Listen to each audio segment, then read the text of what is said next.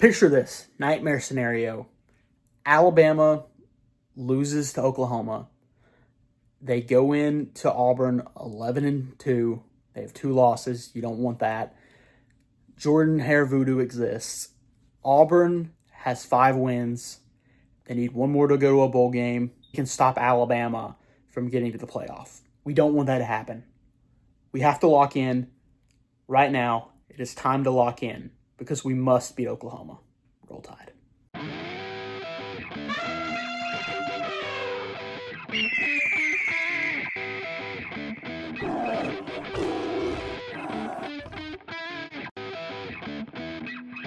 Jordan Hare voodoo.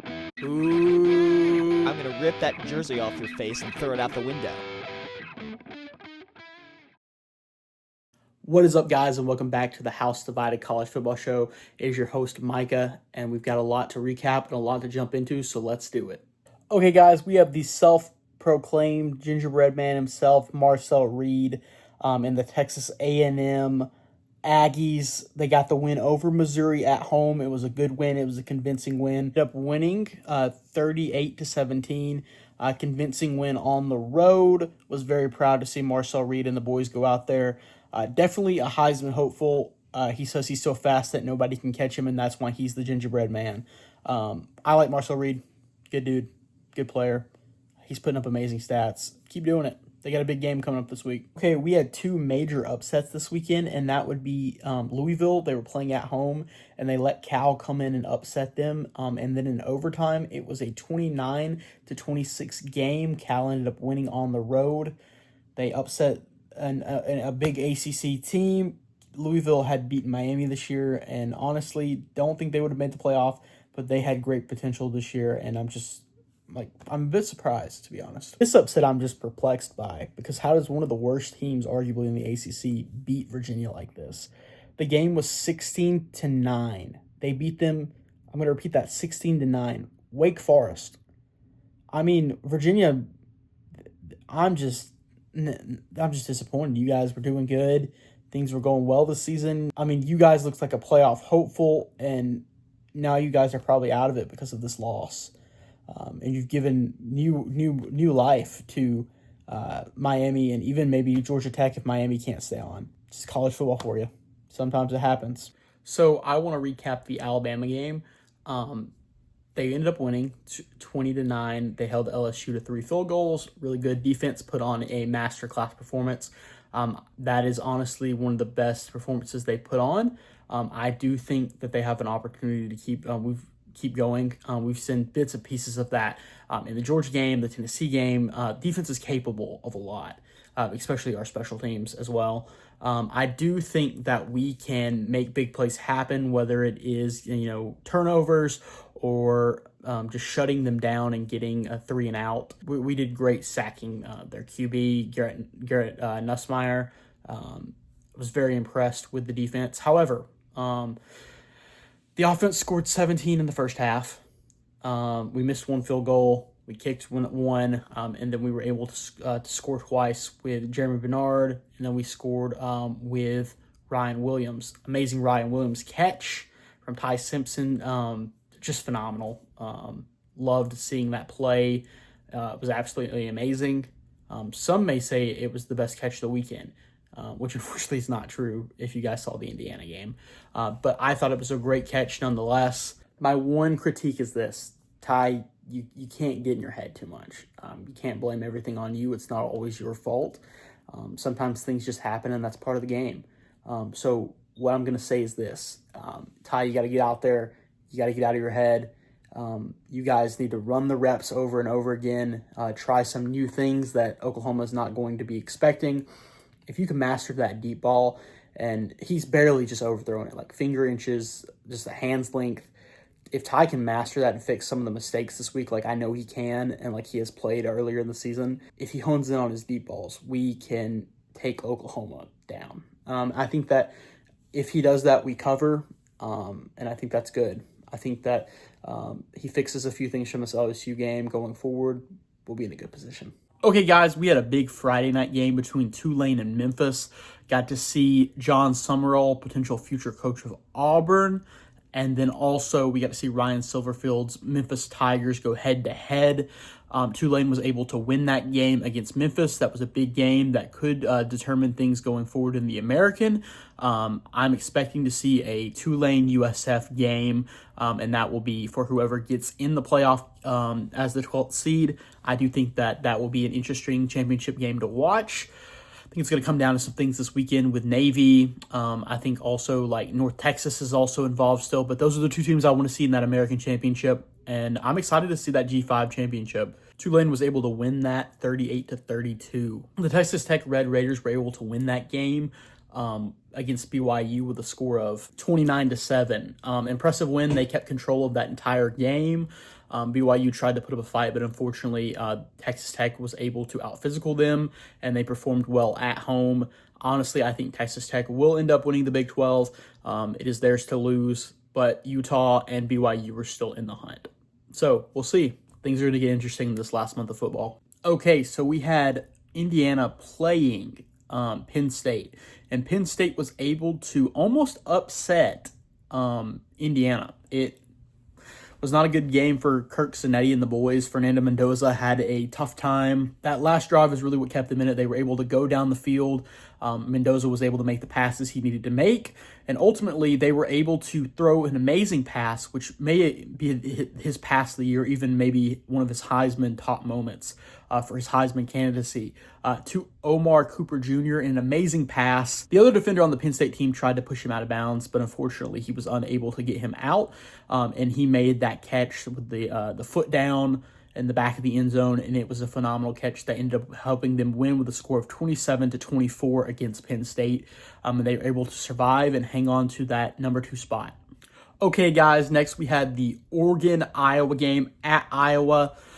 We saw Oregon be able to pull out the dub. They survived. It was 18-16. It was a very close, nitty-gritty game. There was a safety that could have been a touchdown. Luckily, the Iowa guy was able to kick it out.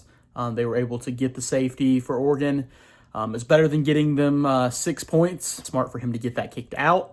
And then it was just rainy. It was just Iowa made Oregon play their football game. It was very much in the trenches. And ultimately, they tried to go for a 2-point conversion to win, and then Oregon was able to kick a game-winning field goal and win on the road.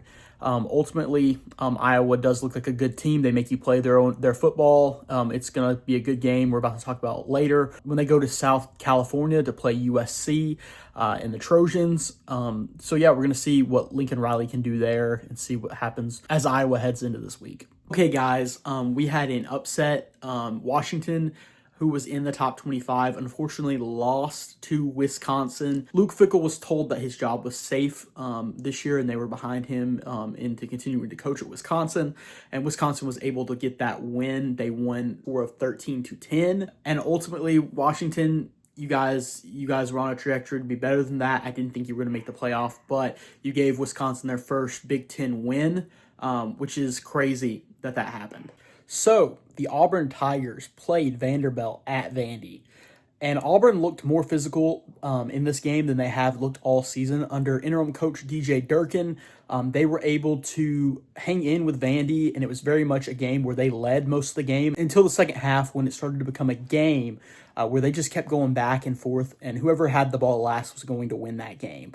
It went to overtime. It was 38-38. They had the quarterback in Ashton Daniels. He played phenomenal. They had benched Jackson Arnold. And ultimately, Cam Coleman had an amazing one-hand catch, which we can't deny. Great play. Good job, Cam Coleman. He's probably the best receiver on their team, maybe even one of their top players. And then Vanderbilt, Pavia was able to will Vanderbilt to a win in overtime. They were able to come back and win with a final score of 45-38.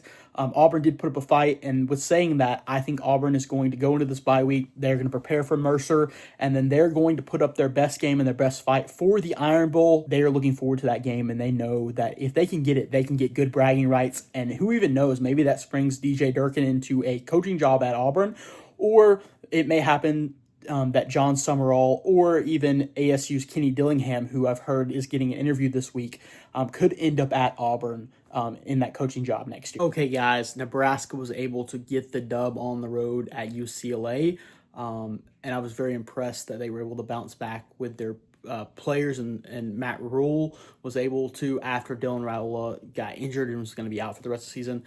Some teams, that would be the end of their season, but Nebraska was able to prove that no, this is not the end, and that they are going to rise above the occasion, and they are going to beat their win total this season.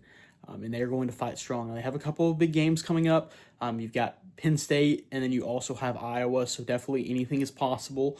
I think that we will see what happens in the Penn State game. They're off this week, but definitely we'll be picking that game in next week's episode. I was excited what the Huskers were able to do. They were able to win 28-21. And that was all because of one guy I need to talk to who is honestly worthy of the Heisman. I'd like to campaign for someone to be on the Heisman list. And that should be Nebraska's running back, Emmett Johnson. Had an amazing Saturday at UCLA. They were able to beat UCLA first off, but Emmett Johnson put up amazing stats. He had 32 touches, 232 yards, and 3 touchdowns. Quite impressive. Emmett Johnson, absolute mad lad, getting after, just getting after it. I think that Emmett Johnson should be in the Heisman race. He should be a contender. He is not a pretender. And honestly, if, like we said, Dylan Raiola hadn't gotten hurt, this Nebraska team could have found themselves in the playoff, or at least knocking on the door. Emmett Johnson deserves to be a first-team All-American. He was the first player in the entire nation to rush 100 yards, and 100 yards receiving as well. Okay, guys, I have one Heisman comment to make, and Julian Sayan's in first place with Fernando Mendoza. They're tied. They're right ahead of Ty Simpson. Now, I'm a little biased because I'm a Bama fan. I think Mendoza's probably going to end up winning it. As much as I would love Ty to do it, he needs to ball out in the next 2 games if he does want to be in that contention, and ball out in the SEC championship if we make it there, which I hope we do. It's either going to be Texas A&M, which it looks like right now, or who knows, maybe something crazy could happen. It could be somebody completely different and unexpected. We'll get more to that later. But I think Julian Sayin should not be up there. I think Ohio State, who have they played? They played cupcake teams. They played Texas, and Texas didn't really look good then. Texas looks a lot better now. Ultimately, I just don't think they've really played anybody convincing like Oregon has, or Alabama has, or Indiana has, or A&M. I just don't think that Julian Sayin, I think he's got a lot of guys around him that make him look really good. And I honestly think that when he plays Michigan, he will be put to the test, and we will see if he is a contender or a pretender. Okay, everybody, this is my reaction to the college football playoff new rankings that are out. Me and Baby Yoda over here. I honestly think that Georgia Tech has been disrespected, and before you go, Miami has a tougher schedule and stuff like that, and they have that win over Notre Dame. Here's what I have to say about that. Miami lost to Louisville and SMU, which is not acceptable for a Miami team that is going to be in the playoff. I don't think Miami's going to win the ACC. I don't think they're going to get the bid. I think it's going to come down to Pittsburgh or Georgia Tech, but if Pittsburgh doesn't win a couple more games, then I think it's going to be Georgia Tech for sure getting that lock in. They have to. Somebody's got to make it for the ACC. I surely don't think they would leave anybody out. They're a Power 4 conference. There's no way. Or maybe there is. The only other big change is BYU fell out. Texas got in. Oklahoma's still on the bubble. We also traded Memphis, who lost to Tulane, for USF. So we have a lot coming. I think there's going to be more shakeups to come. We got, Tulane and USF are probably going to battle out in the American, so I'm looking forward to that. James Madison's going to be up in there maybe. We'll have to see what happens. Also, never know what's going to happen with the Big 12. Utah's out there on the bubble. Also, the SEC's got a lot more games. It's really still all in play. Everything we have now, a lot could change.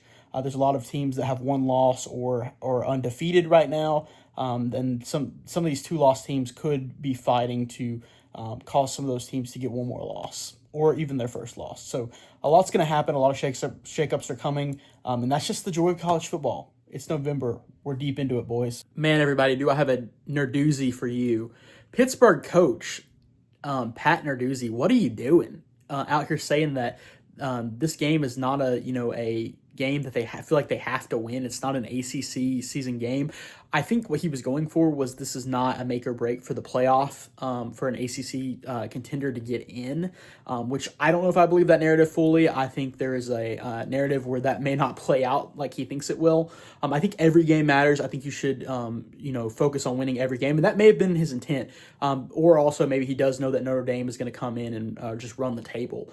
Now, with that being said, I think Notre Dame, Marcus Freeman, I think the boys, CJ Carr, I think they're going to come in. I think they're going to play in front of College Game Day. I think they're going to show the world that Notre Dame football still means something. They're going to get that ranked win over Pittsburgh. I think they are going to win, and I think they are going to find themselves in the playoffs. So give me Notre Dame over Pittsburgh in this game. Okay, I'm going to pick the Alabama-Oklahoma game. I'm just going to come out of the gate and say that Alabama is going to win, and I do believe that Alabama will cover. It is a good home game position, 2:30 game. I think that Oklahoma will put up a fight. I think John Mateer will play well. I think Venables will try to run some defensive schemes to take us down, but I think that we have some new tricks that they haven't seen, and I think that the offense is going to be able to throw the ball. I think Alabama will win. I think it will be a good win, but I don't think that Oklahoma is not going to put up a fight, and I think their defense is going to be on guard. Our offensive line has to give time for Ty to throw, and we have to be able to maybe even work on the run game a little bit. I think we don't depend on it, but we can definitely improve in some areas.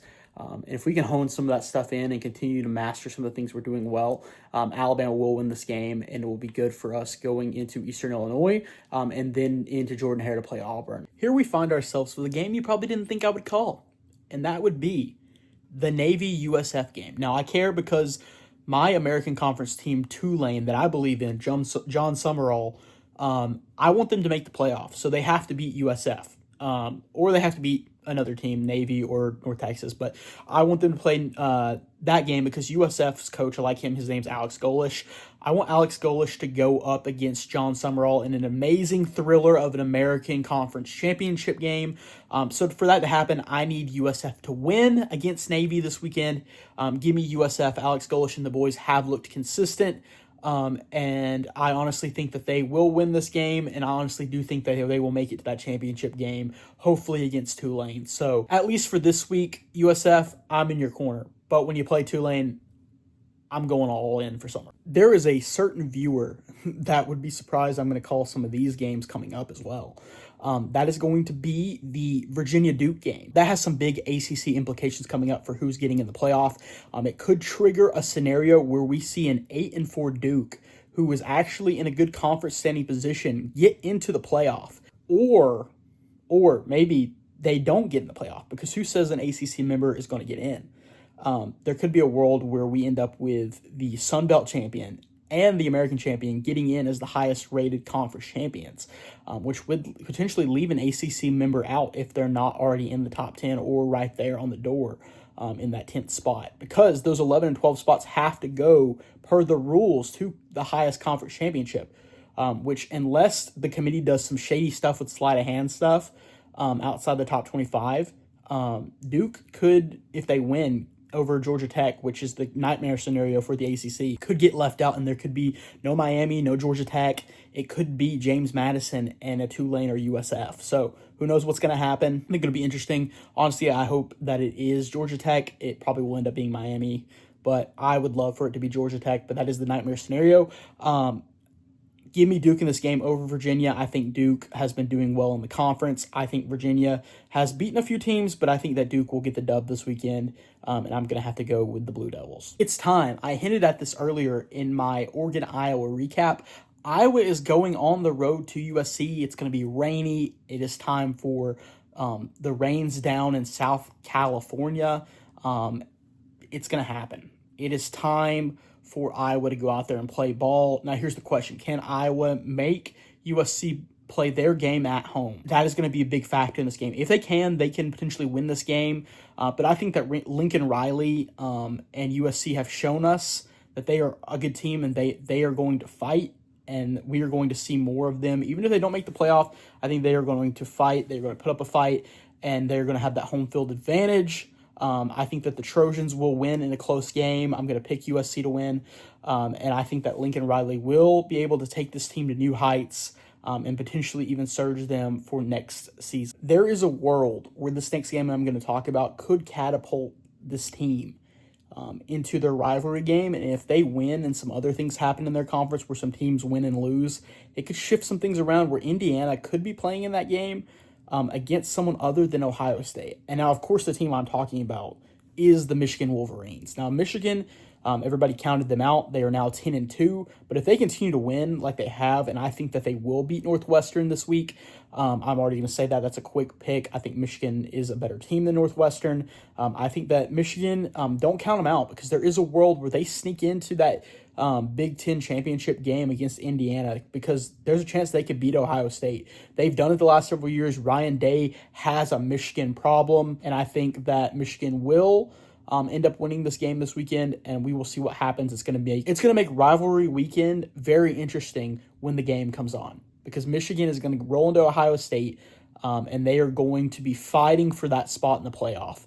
Because if they beat number 1 Ohio State and they get to that Big Ten championship game against Indiana, they're getting in the playoff. This next game I like to call the battle over Lane. Florida wants Lane, Ole Miss has him, and Ole Miss has to play Florida. Now, I think that Trinidad Chambliss and Lane Kiffin and the boys will get this one done.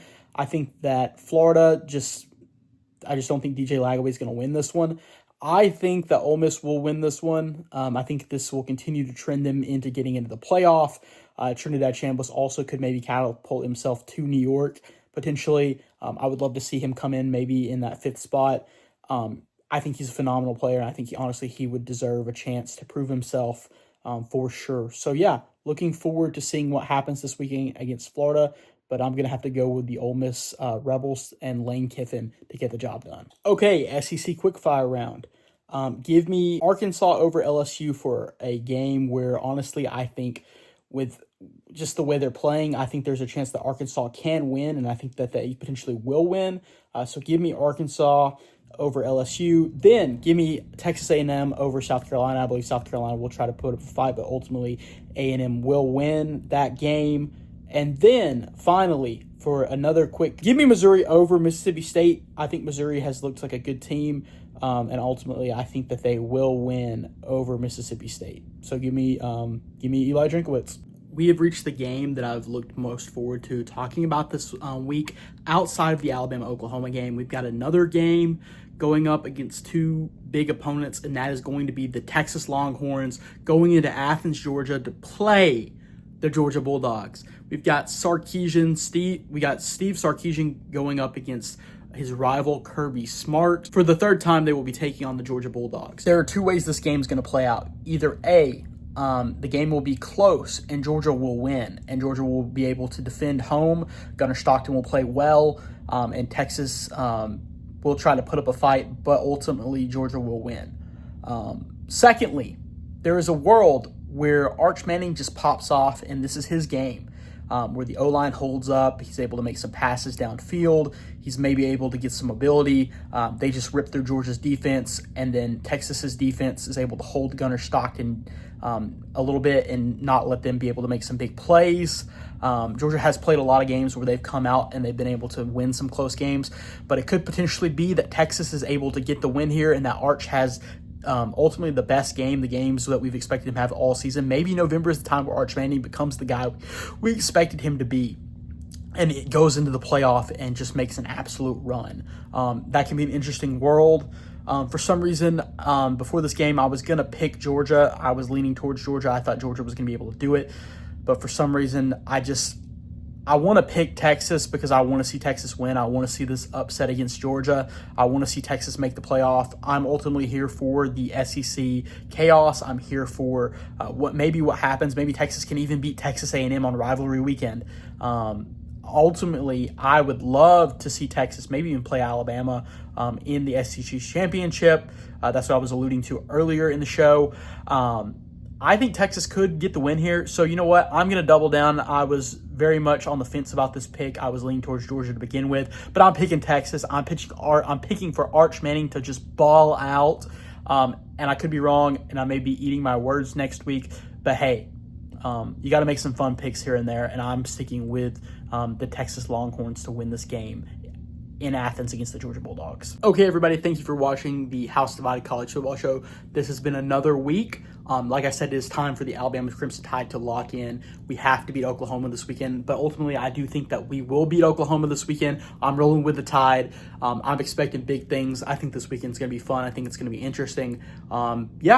And we're going to prepare for Oklahoma this weekend. We're going to hopefully ball out, get some things corrected, maybe even better some things. I think that this team could play their best game this weekend. I would love for them to, and I would love to head into the Eastern Illinois game, and then the Auburn game, and even the SEC championship game, and then on to the playoffs. Alabama keeps finding a way. I believe in Kalen DeBoer in the black hoodie. Ty Simpson's a baller. Jeremy Bernard's playing good. The defense is playing pretty well. And ultimately, I think that we can do it. So, without ado, roll Tide.